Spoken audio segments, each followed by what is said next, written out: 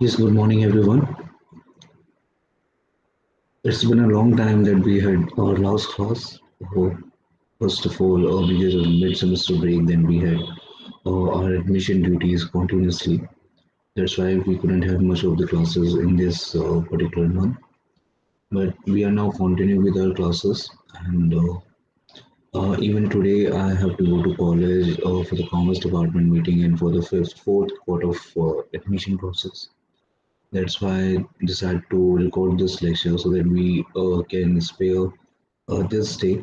And I don't want to waste any more classes for this because we have a very little time to complete the entire syllabus, and the evaluation is also, internal assessment is also on the way. So we are now going to start whatever we have done so far in the very third unit.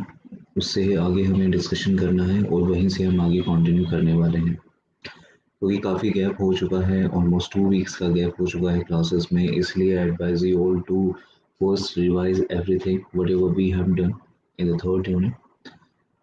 The very last topic which we discussed in the very third unit was financial and operating leverages. EBIT के बारे में हमने discuss किया था, EPS relationship के बारे में discuss किया था, which is the financial leverage as well. इन सब चीज़ों को डिस्कस करने के बाद, पोस्ट स्ट्रक्चर को डिस्कस करने के बाद, the very last chapter of the third unit is capital structures, the theories of capital structures and how to determine the capital structure of a firm. So this is a very practical and a very relevant chapter of third unit. That's why I request you all to please be concentrated in the class. In case if you have any doubt, anything, you may ask me in the next class, which will be a live class. तो आज हम अपना discussion शुरू करते हैं. Okay, recording is on. My mic is also on. The screen is also shareable. Now, so this is something like, as I told you, we are going to start with capital structure, or I should rather say theories of capital structures. Theories. हम बात करने वाले हैं capital structure की theories के बारे में. क्या है ये थियरीज, इसके बारे में हम डिस्कस करेंगे. First of all, it is very important as to know, we all know that in very initial classes I made it very clear what is the capital structure, right? Even I told you that there are three most important decisions of a financial management, which are investing decision, financing decision, and dividend decision.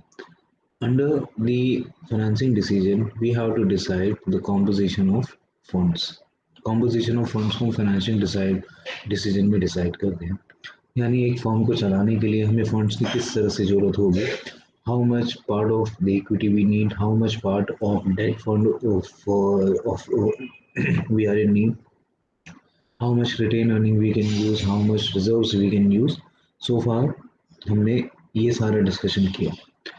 पहले वाले chapters में भी हमने ये देखा जब हम इसी यूनिट में डिस्कस कर रहे थे कि फाइनेंशियल लीवरेजेस क्या है. फाइनेंशियल लीवरेजेस फाइनेंशियल रिस्क को शो करता है, it indicates the financial risk. As far as the operating risk is concern, operating risk it shows the operating leverages, it shows the operating risk of a firm. Overall risk composition of these two. अगर किसी business का overall risk जानना हो तो उसके financial leverage and operating leverages को study किया जाता है. इसी के कॉन्टिन्यूशन में हम कैपिटल स्ट्रक्चर की बात करते हैं. सबसे पहले ये जानने की ज़रूरत है what exactly is the capital structure. Capital structure actually है क्या, what is the capital structure decision, right. Although इसके बारे में हमने कई बार डिस्कशन किया है, बट फिर भी एक ओवरव्यू इम्पॉर्टेंट है क्योंकि गैप की वजह से हो सकता है कि आप लोगों के कॉन्सेप्ट थोड़ा क्लियर ना हो, and it's totally understandable. So that's why I'm giving you a little intro of the capital structure decision. And I'll also let you know that what are the difference between the capital structure decision, cost structure, and the financial structure of the company, right? तो ये आपके exams point of view से इतना important नहीं है, लेकिन interviews, आपके MBA interviews या आप आगे भी किसी कॉम्पिटिटिव एग्ज़ाम के लिए जाएंगे which are related to finance or the commerce, they will definitely ask, and it is quite possible that if they ask from the financial management, this is one of the favorite topic. They might ask question from this. तो ये आपको ध्यान रखना। जब हम capital decision की बात करते हैं, कैपिटल डिसीजन या capital structure, it basically answers this capital structure decision. It answers what? It answers composition. What? Composition. Composition of what? Composition of long term financial sources. Composition of long term financial sources, यानी कि हमें ये पता लगता है कि what should be the right composition, what exactly is the composition of long term financial sources, how much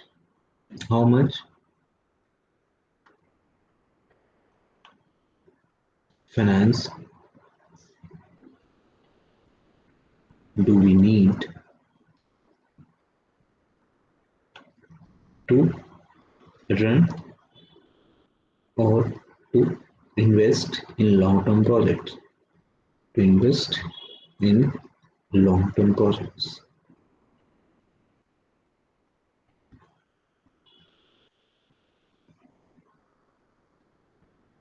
right? तो this is the capital structure. Capital structure से हमें ये सारी जानकारी मिलती है कि आपके सोर्स ऑफ फंड्स क्या होंगे, आपका कॉम्पोजिशन क्या होगा, और आपके अमाउंट यानी how much fund we need और how much fund do we need to have, और what is the requirement of the funds, right? This is the capital structure. Capital structure से हमें ये जानने को मिलता है। But when it comes to the financial structure of the company, देखिए बहुत इंपॉर्टेंट डिफरेंस है, एग्जाम्स में क्वेश्चंस आता भी है, so we must know this, the difference between these,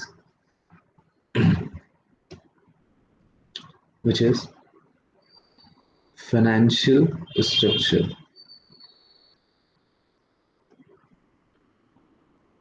financial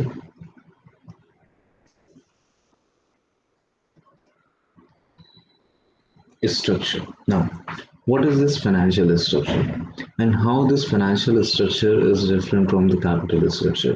देखिए जहाँ पे capital word होगा, आप हमेशा ध्यान रखेंगे, मेनली फाइनेंशियल मैनेजमेंट में याद रखने का आसान तरीका ये है, जहाँ पर भी आप कैपिटल वर्ड यूज करते हैं इसका मतलब हम लॉन्ग टर्म को इंडिकेट कर रहे हैं, we are indicating the long term time period, ठीक, long term financial sources over long term time period.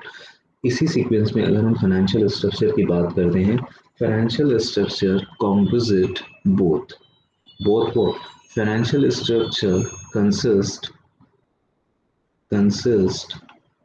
what long term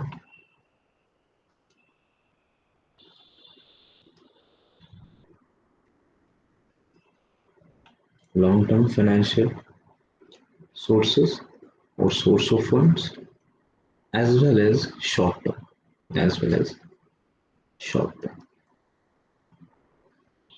financial sources.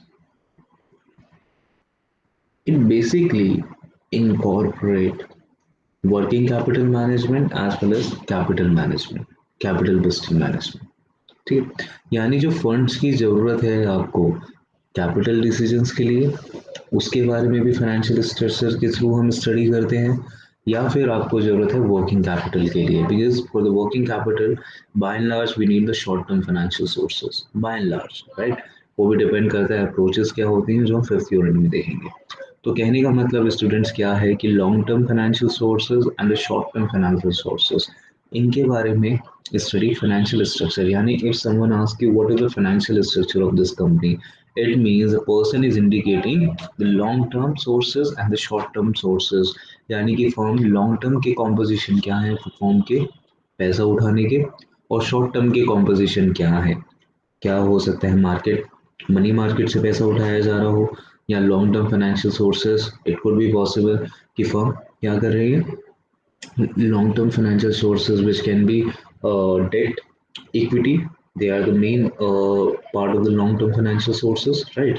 तो financial structure में हम इन दोनों चीज़ों की स्टडी करते हैं. Whereas in the capital structure decision we studies only long-term financial sources composition. ठीक है, तो ये एक बहुत important point है. ठीक है.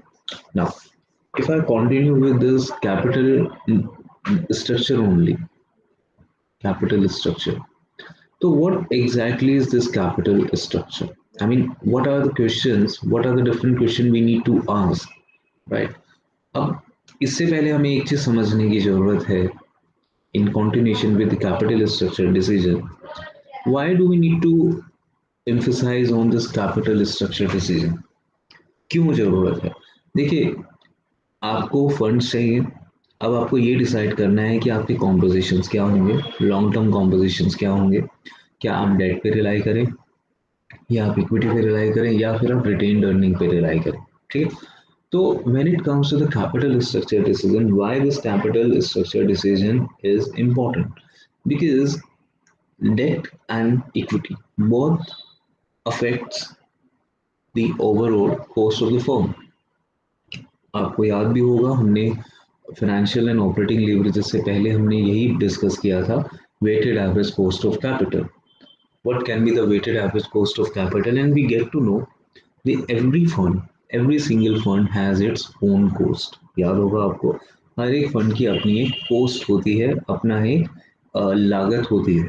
यानी कि आप फंड्स जब इकट्ठा करते हैं तो उसका कुछ ना कुछ एक्सपेक्टेड रिटर्न जो आपको फंड दे रहा है वो एक्सपेक्ट करता है, which is your cost, right? And now if you take wrong decision, if you make wrong decision regarding the capital structure, हो सकता है कि ऐसे कॉम्पोजिशन आपने ले लिए जिसमें आपका ऑप्टिमम कॉम्पोजिशन से अलग, आपने हो सकता है डेट ज़्यादा ले लिया हो अपने कॉस्ट कैपिटल स्ट्रक्चर में, या इक्विटी ज़्यादा ले लिया हो, एंड वाइस वर्सा, राइट? तो क्या वो आपके कॉस्ट ऑफ कैपिटल को अफेक्ट करेगा? Exactly, it will directly affect. ठीक है. तो इसलिए हमें स्टडी करने की ज़रूरत है कि कैपिटल स्ट्रक्चर डिसीजन क्यों इम्पोर्टेंट है. तो कैपिटल स्ट्रक्चर डिसीजन की जब हम बात करते हैं तो हमें एक चीज़ समझ आती है कि capital structure decision is also known as debt equity mix. It is debt equity mix, यानी कि डेट और इक्विटी का एक हाइब्रिड, एक मिक्स, एक कॉम्पोजिशन के बारे में बात करते हैं. हमेशा ध्यान रखना है कि किसी फॉर्म में डेट होना नेसेसरी नहीं है. A firm may have debt or may not have, but every firm you will not find a single firm which will not have equity. यानी इक्विटी आपको हर जगह मिलेगी, लेकिन हो सकता है they are the firms which are called unleveraged firm. इसके बारे में भी हम डिस्कस कर चुके हैं. अनलीवरेज्ड फर्म ऐसी फर्म होती है जिनमें डेट नहीं होता, उधार का पैसा कंपनी के कैपिटल स्ट्रक्चर में नहीं होता. इसके रियल लाइफ एग्जांपल्स भी हैं. खासकर आप आईटी सेक्टर्स की कंपनीज की बात करें, विप्रो की बात करें, इन्फोसिस की बात करें, TCS has the small composition of debt, but it is minimum, very minimum. ठीक है. तो ये आपको चीज़ें ध्यान रखनी है. ठीक है. तो date equity mix, capital structure से हमें डेट इक्विटी मिक्स के बारे में पता लगता है. जब हम बात करते हैं डेट इक्विटी मिक्स की, तो ऑब्वियसली हमें ये भी तो पता करना होगा what is the cost of date.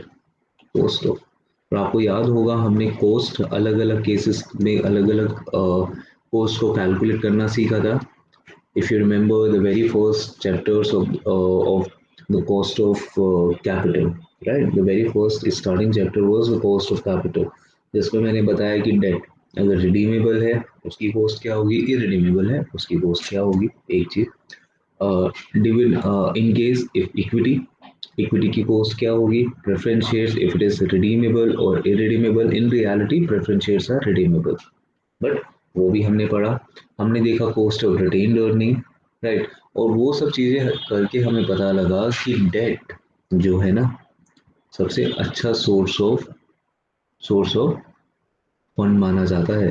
क्यों माना जाता है? Because of tax benefit, because of its tax shield effect. Debt is consider the cheaper source of finance. हमेशा ध्यान रखना है. ठीक है. Debt is consider as cheaper source of finance, सस्ता माना जाता है, सबसे सस्ता माना जाता है. डिपेंड करता है, अलग अलग थियरीज आएंगी जब उन थियरीज में भी कॉन्ट्राडिक्ट करेंगे अपने इस स्टेटमेंट को, बट फिलहाल के लिए हमें ये जानना जरूरी है, debt is cheaper source of fund. Why it's cheaper in comparison, right?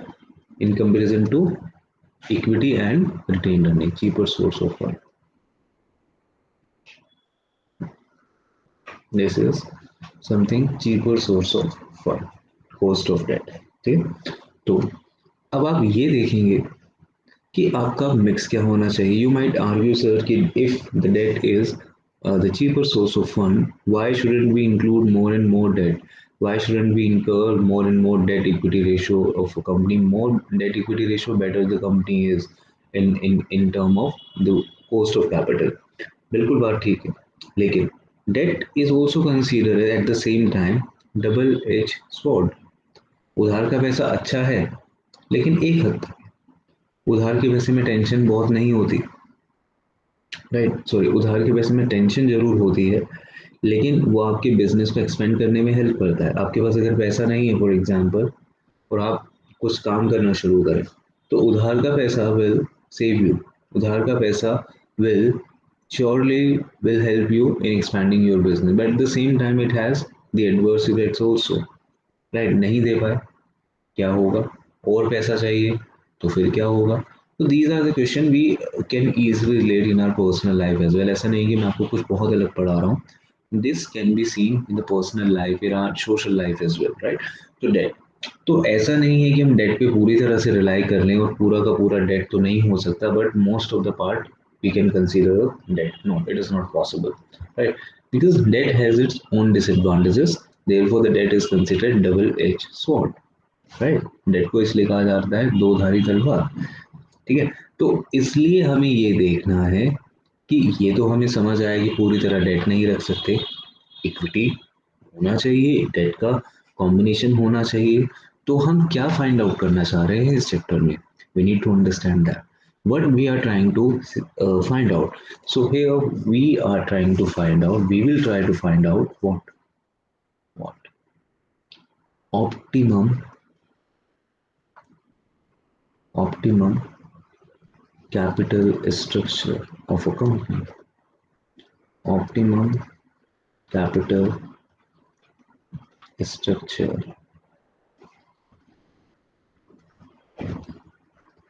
of a company. हमें बस ये बता दो कैसे भी कि ऑप्टिमल क्या है, ऑप्टिमल कैपिटल स्ट्रक्चर क्या है. Once we get to know the optimal capital structure of a company is this, we will be fine. Because the optimal capital structure is something which has least cost of capital. एक ऐसा capital structure आपको find out करना है जहां पर cost, overall cost कम है. ठीक है. This is the objective of the capital structure decision. ठीक है. हाँ, ठीक है. ये तो मैंने कहा कि ये हमारा ऑब्जेक्टिव है, but how would you achieve this objective? Is there any way that is there any way that you can directly infer, you can infer that the optimal capital structure is affecting the value of the company? क्योंकि जब हम capital structure की बात करते हैं, आपको ये ध्यान देने की जरूरत है कि क्या वो फर्म्स की वैल्यू को अफेक्ट करता है. Does it affect the value of the company?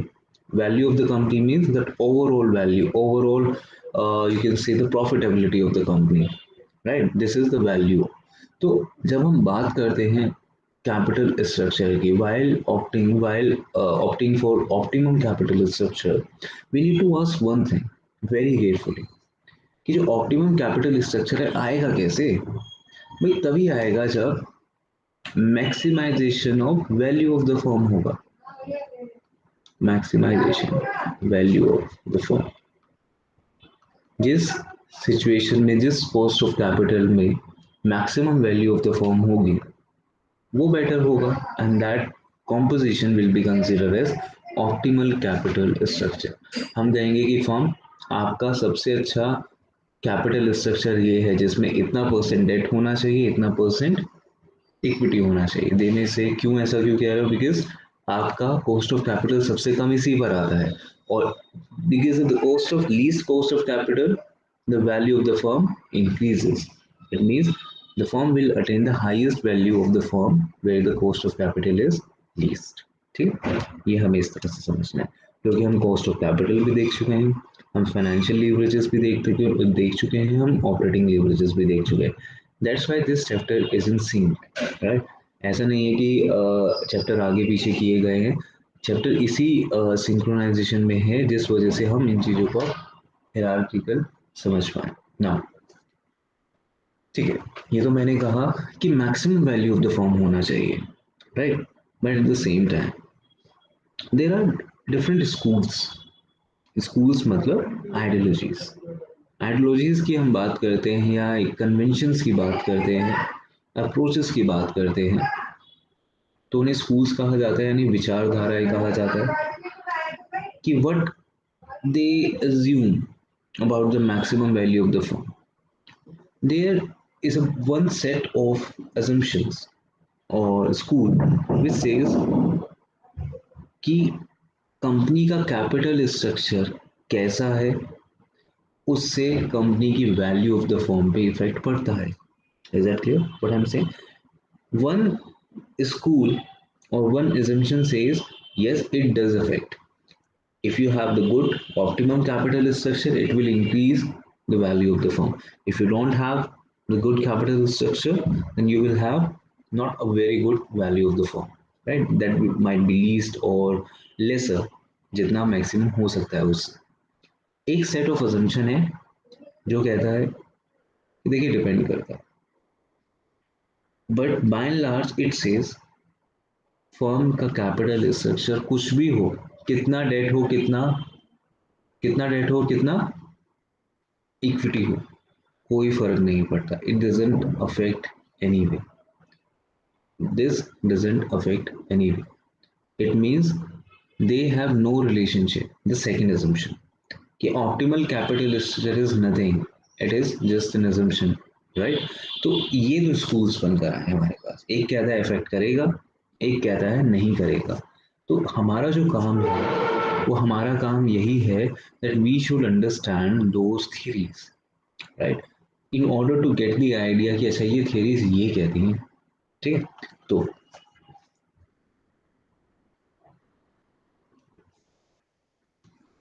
Interviews में बहुत इंपॉर्टेंट क्वेश्चंस यहाँ से पूछे जाते हैं, इवन इन वाइवा और you can say in MCQs. बहुत इंपॉर्टेंट क्वेश्चंस हैं इन थियरी में से.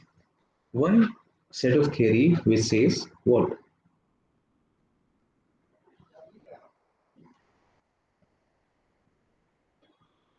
relevant.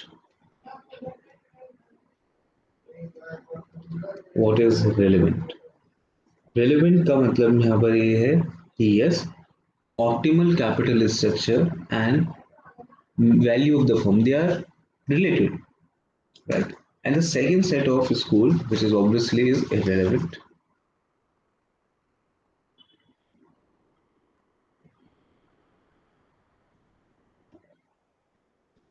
Now, relevant and irrelevant.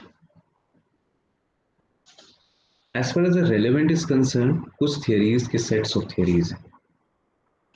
एक set of theory थी, this is the traditional or the very uh, old theory of the capital structure, which is known as net income approach, which is net income. देखिए difference है यहाँ पे, इसलिए I am writing it down. It was given by Durand. Durand he was the economist and he gave this net income approach. NI इसे कहा जाता है NI approach. And the second theory was traditional. It is more realistic. Traditional approach. Traditional.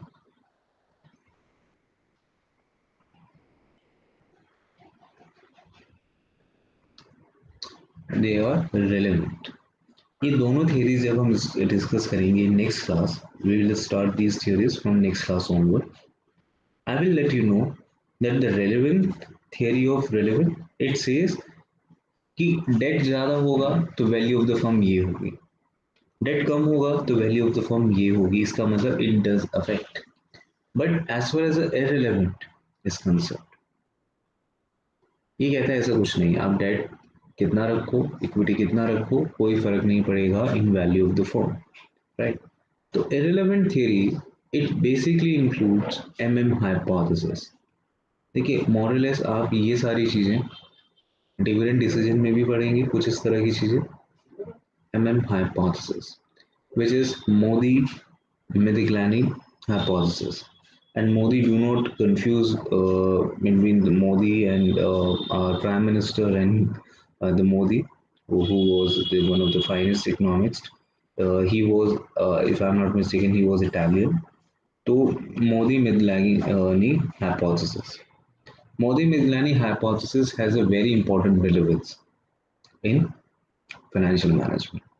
इनकी दो different hypothesis हैं जिसको हम dividend decision में भी पढ़ेंगे और हम यहाँ पर कैपिटल स्ट्रक्चर में भी पढ़ेंगे, and they are much prettier relevant in today time as well, right, काफी फेमस भी हैं ना।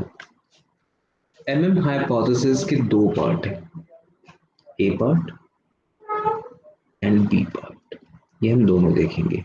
ए part basically says what if corporate tax is not there, companies के ऊपर कोई टैक्स ही नहीं लगता, तब क्या होगा, तब क्या रेलेवेंट रहेगा नहीं रहेगा, और व्हेन नो कॉर्पोरेट टैक्स, जब कॉर्पोरेट टैक्स नहीं लगता और जब कॉर्पोरेट टैक्स लगता है, in both situation, in both situation MM hypothesis has different answers.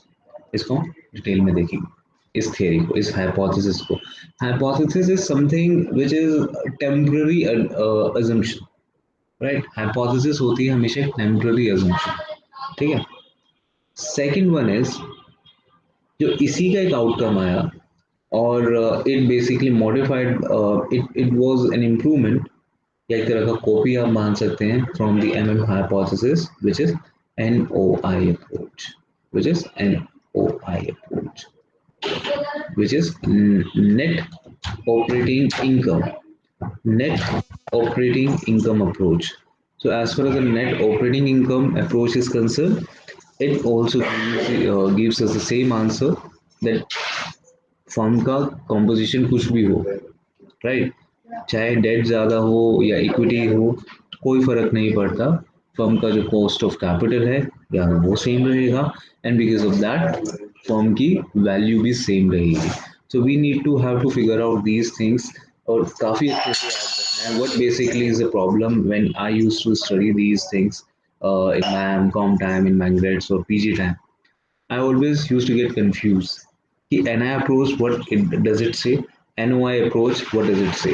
So what I had come up with one idea. NOI consists NO, which is no. No matlab it simply means that it's a numerics basically.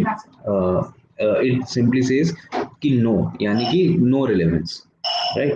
And NI is something, अगर आपको no समझ आ गया NOI से, तो उसका मतलब कोई relevance नहीं है, नो रेलेवेंस, इस तरह से आप इसे याद रख सकते हैं। Because I use to get confuse a lot in my NET और जेआरएफ एग्जाम से क्वेश्चंस आते थे, तो मुझे थोड़ा सा कंफ्यूजन हो जाता था कि एनआई अप्रोच क्या कहती थी, एनओआई क्या कहती थी, ठीक है। बट आई होप आपको कोई कंफ्यूजन नहीं होगी, ठीक है। तो these are the things which we will study in upcoming 1 or 2 to 3 classes, क्योंकि इतनी इसमें क्लासेस लगती हैं, बहुत इंपॉर्टेंट चैप्टर है ना। नेक्स्ट थिंग, आप कहेंगे सर हमें कैपिटल स्ट्रक्चर डिसीजन समझ आया, हमें फाइनेंशियल स्ट्रक्चर भी समझ आया, हमें ये भी पता लगा why we do need to have the optimum capital structure and how we can achieve the optimum capital structure. Identification mark क्या है कि जब फर्म की वैल्यू मैक्सिमाइज हो, आप बोल सकते हैं सर फर्म की वैल्यू मैक्सिमाइज कब होगी, तो वट आई विल से जब फर्म का कॉस्ट ऑफ कैपिटल लीस्ट हो, simple, cost of capital least, और वो आपको पता लगेगा एक फॉर्मूले से, राइट। तो we have a few formulas on valuation of the firm and the cost of capital, which will indicate us whether the firm is having the optimal capital structure or not, ठीक है। तो इसके बारे में हम बात करते हैं नेक्स्ट शीट पर, ठीक। अच्छा, just give me a minute because it's almost your class time और मुझे 11 बजे निकलना है, तो what I will do, I will call your C R रितावा because I have to tell her कि अभी आज ये आप लोग रिकॉर्डेड लेक्चर देखेंगे। Just give me a minute.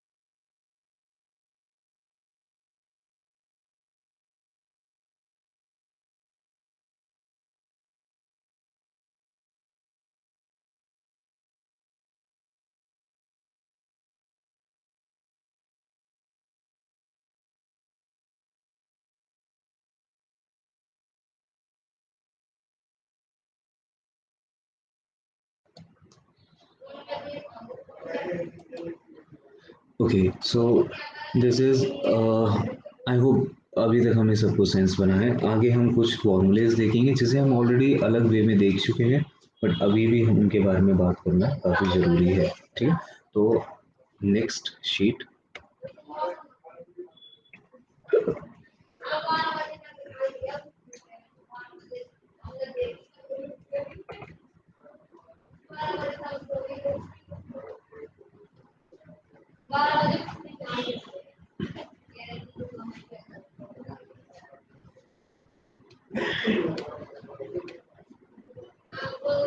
से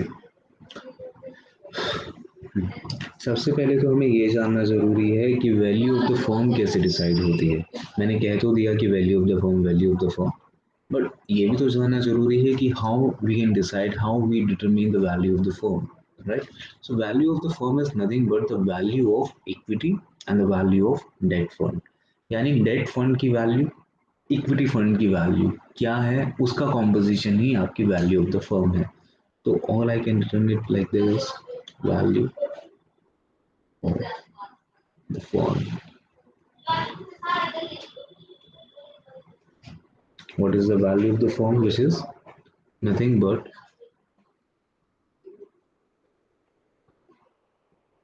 value of the equity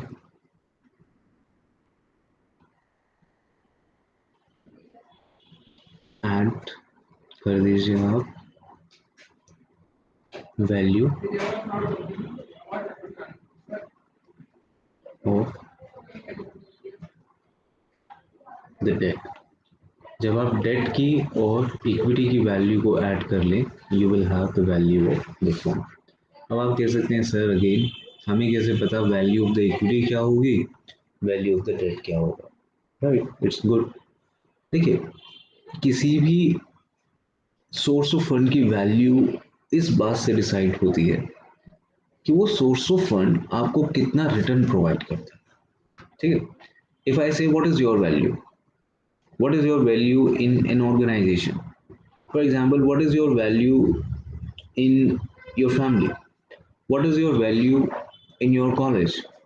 But my value depends upon how much we contribute, how much we go, how much we all contribute, right? How much I'm contributing in my college, how much I'm contributing in my family, right? तो यानी कि आप कितना contribute करते हो in the form of return, उस हिसाब से वैल्यू डिसाइड होती है। It's a very harsh reality. आप एक बार खुद सोचिए, मतलब it's not related but I am just trying to make you clear what I am trying to convey.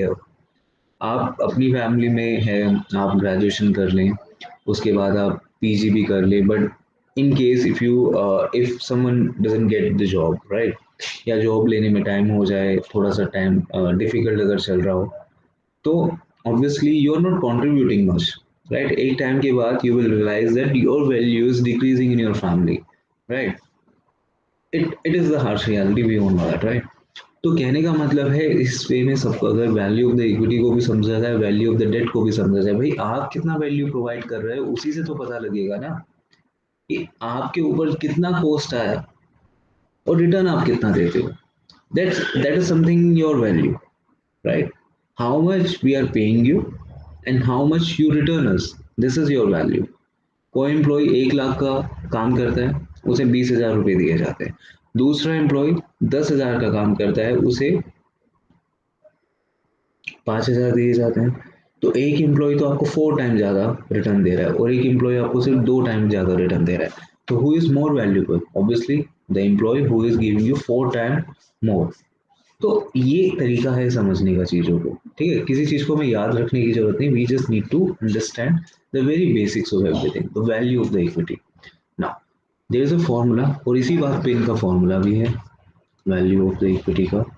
तो what I am writing down is value of equity, V, in short, V, which is value of equity. So the value of equity basically is what? It is shareholders, जो है shareholders, if I want to know कि मेरी equity की value क्या है, कि मैंने कितना पैसा लगाया था और मैं कितना रिटर्न अर्न कर रहा हूँ फॉर्म के सिनेरियो में, राइट? हमने उस पैसे को लेने में कितना कॉस्ट लगा और हमें कितना रिटर्न मिल रहा है। सिंपल, वही cost benefit analysis, CBA, right? तो it is something net income, net income after, net income after what? Net income after interest, which is basically PAT, profit after tax. Net income after interest divided by the cost of equity. Simple. Equity की cost क्या है वो हमें आती है निकालनी, we all know that how to come up with the cost of equity, because हम इसे ऑलरेडी देख चुके हैं कॉस्ट ऑफ इक्विटी कैसे निकाला जाता है। तो net income after interest divided by the cost of equity is something the value of equity. मान लेते हैं 5 लाख का पीएटी आया, which is profit after tax is 5 lakh.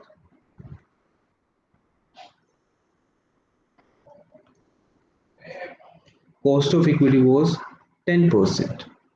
Now, value of this equity is something which कि 10% cost पर हमें 5 लाख रुपए का रिटर्न मिला। The value of equity will increase. The value of equity is something 10 times of the profit, which is 50 lakh here. But अगर cost या तो cost of equity increase हो जाए या PAT PAT profit after tax decrease हो जाए, तभी ये वैल्यू ऑफ इक्विटी डिक्रीज होगी, ठीक है? In same way, if you want to know the value of what? Value of debt money, value of debt money. अब आपको देखना है, देखो यू हैव टू डिफरेंशिएट, और आग बंद करके डिफरेंशिएट नहीं करना। If I am a debt holder, मुझे क्या मिलेगा? क्या मुझे पैट मिलेगा?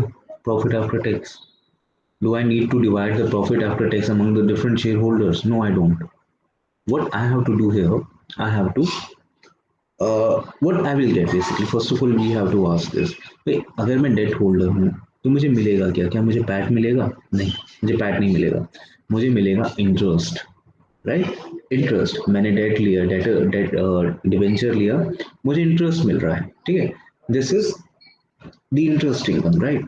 तो इसलिए आपको ये डिफरेंस रखना है कि वहां पे मैंने पैट क्यों किया, ये पैट ही है, प्रॉफिट आफ्टर टैक्स, और यहाँ पर मैं इंटरेस्ट इनकम क्यों मेंशन कर रहा हूँ, क्योंकि दोनों के रिटर्न्स अलग अलग हैं, नेचर अलग है दोनों के रिटर्न्स का।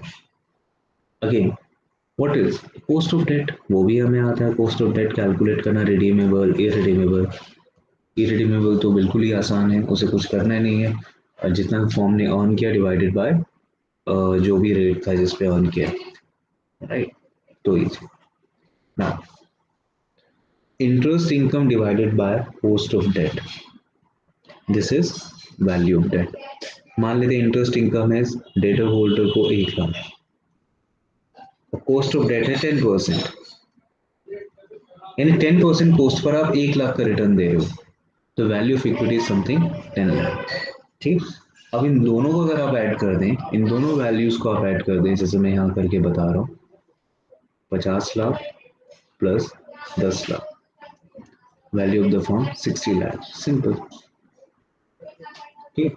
तो this value of capital, value of the firm will indicate जितना बड़ा, जितना अच्छा उतना भला, 60 लाख से जितना अच्छा उतना भला। बट एक पॉइंट ये भी तो आ सकता है, जब जिस पॉइंट से ज्यादा वैल्यू ऑफ द फर्म होना because of equity and debt, natures of equity and debt money, हो सकता है उसके बाद वो कम होने लगे। तो उस पॉइंट को क्या बोलेंगे, जिस पॉइंट के बाद बढ़ नहीं रहा, कम हो रहा है, this is the maximum value of the firm. It means the firm has attend the optimum capital structure. अब छेड़छाड़ मत करो डेट एंड इक्विटी के कॉम्पोजिशन से, you have got your optimum capital structure. I hope my point is very clear to all, right. तो ये हमने यहाँ से देखा वैल्यू ऑफ इक्विटी क्या है, वैल्यू ऑफ डेट क्या है। कल वाली क्लास में हम इसे आगे कंटिन्यू करेंगे। I try my best to present this capital structure in easier way possible. आप समझने की कोशिश कीजिए, लेक्चर अच्छे से देखिए। कोई डाउट है नेक्स्ट क्लास में, you ask, you can ask it freely, कोई दिक्कत नहीं है। ठीक है। तो ये था आज। कल हम थियरी शुरू कर देंगे, क्योंकि ये आपको बेसिक्स पता होने जरूरी थे, और उस बेसिक के तर्ज पर, उस बेसिक के बेस पर we will start a few theories, and I hope, I am very positive that we can complete this chapter by Wednesday, Wednesday और थर्सडे हो जाए। ठीक। Thank you so much.